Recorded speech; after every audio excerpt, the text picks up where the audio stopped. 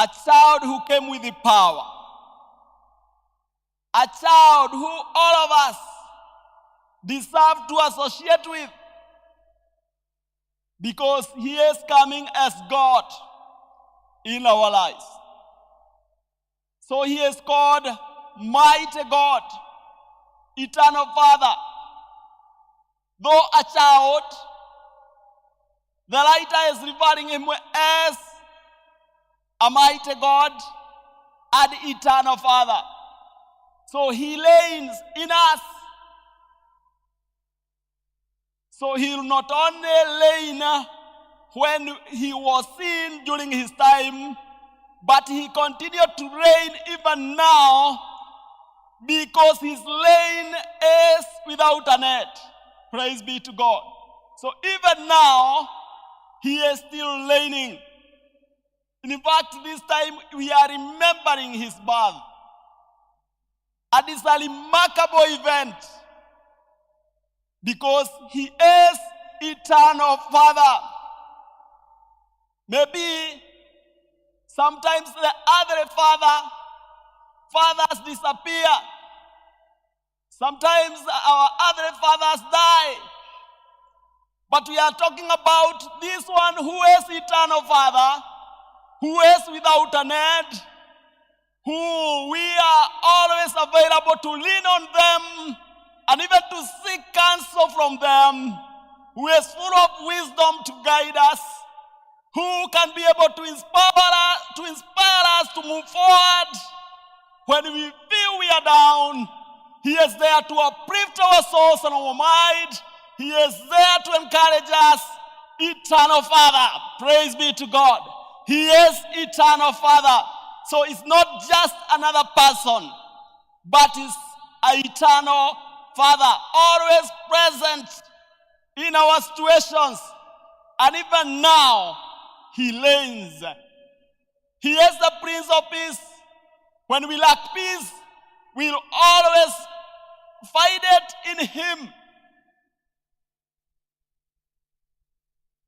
This God Emmanuel, he is God together with his people, God with us, and always with us. The book of Matthew, chapter 28, verse 20. It talks about that he will be with us to the end of time. It's in the Great Commission. So we are not only having this God now, but to the end of time. I was thinking about that Matthew, seeing that Matthew talks about Emmanuel, God who is with us, but he adds to a God who will continue to be with us to the end of time. Let me just read Matthew 28, verse 20. And teach them to obey everything I have commanded you, and I will be with you always to the end of age. I will be with you always. You see, it's Jesus who is talking, that he will be with us always, not only at these present times, but always to the end of age.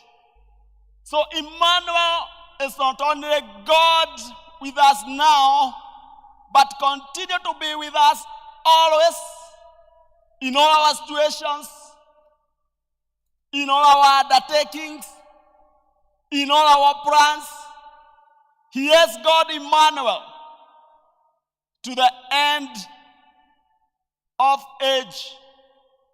So when we think about Christ, who was born like a child, grew among men,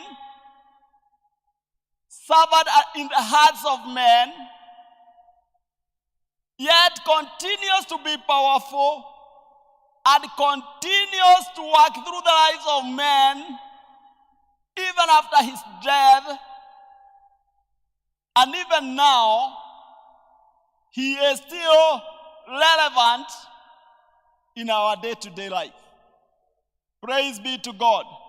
So we are talking about a God who never changes with times,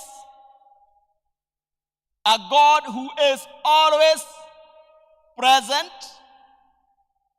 a God who is always with his people, a God who is always willing to support in times of need, a God who is never late,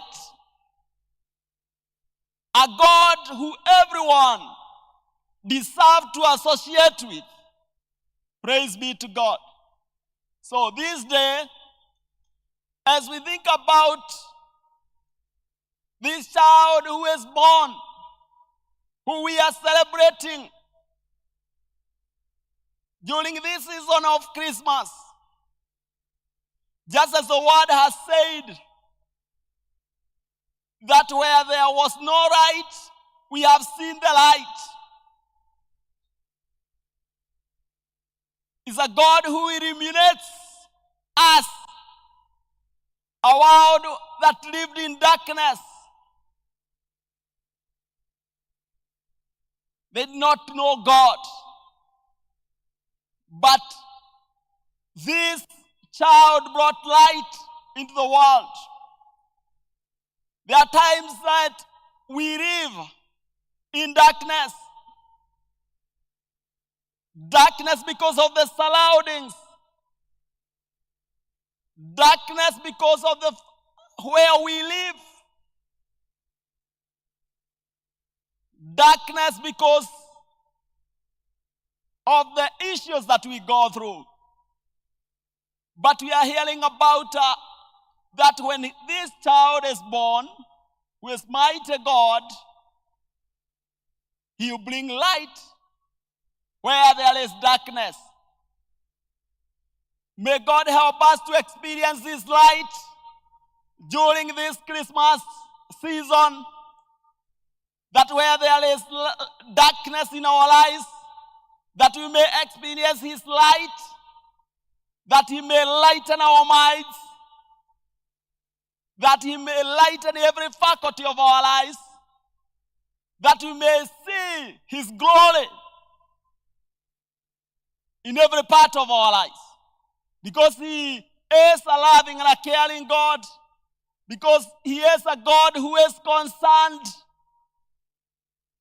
and he is a God full of love. And because he came because of love, we also deserve to extend love to our neighbors, those who are hopeless, those who do not know what they will eat. It's good to take this opportunity to support the needy during this Christmas season. Because God has given us, we also need to remember our neighbors, the dying, the hungry, because they also belong to God. And he came because of love. We also need to extend that love to our loved ones wherever they are, to our neighbors, and we will receive those blessings. That love will be saturated in our environs. So he is such a loving God. So this time, as we celebrate Christmas, it's good to know that we are also called to love. Because he came, he left the throne and came to die because he loved us. Not because that we deserved, but because he had a concern for humanity. And that's why he clothed himself with a human body. and he allowed himself to suffer in the hearts of sinners so that we may receive life. In fact, when I was looking at the book of Matthew chapter 1, when he was talking about the child, the virgin will receive a child, I could see that as he talked to Joseph about the child, Emmanuel, that he was coming.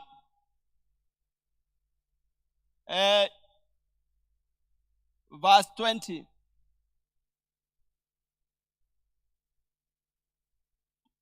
While he was thinking about this, an angel of the Lord appeared to him in a dream and said, Joseph, descendant of David, do not be afraid to take Mary to be your wife, for it is the Holy Spirit that she has conceived. She will have a son, and you will name him Jesus, because he will save his people from their sins. You shall call him Jesus, because he shall save his people from their sin, including Joseph. Praise be to God. So even Joseph was among those to be saved by this son. Praise be to God. So we thank God that he revealed himself to people that also deserved to, that also Jesus was coming to die for. And also in his birth, it was surrounded by people. If we look at the genealogy of Jesus in the book of Matthew, we find there a group of women who are there who did not have a very good reputation. We can find a woman like Tamar, who was involved in adultery. We can also find Ruth, who was not of that tribe. We can also find Bathsheba,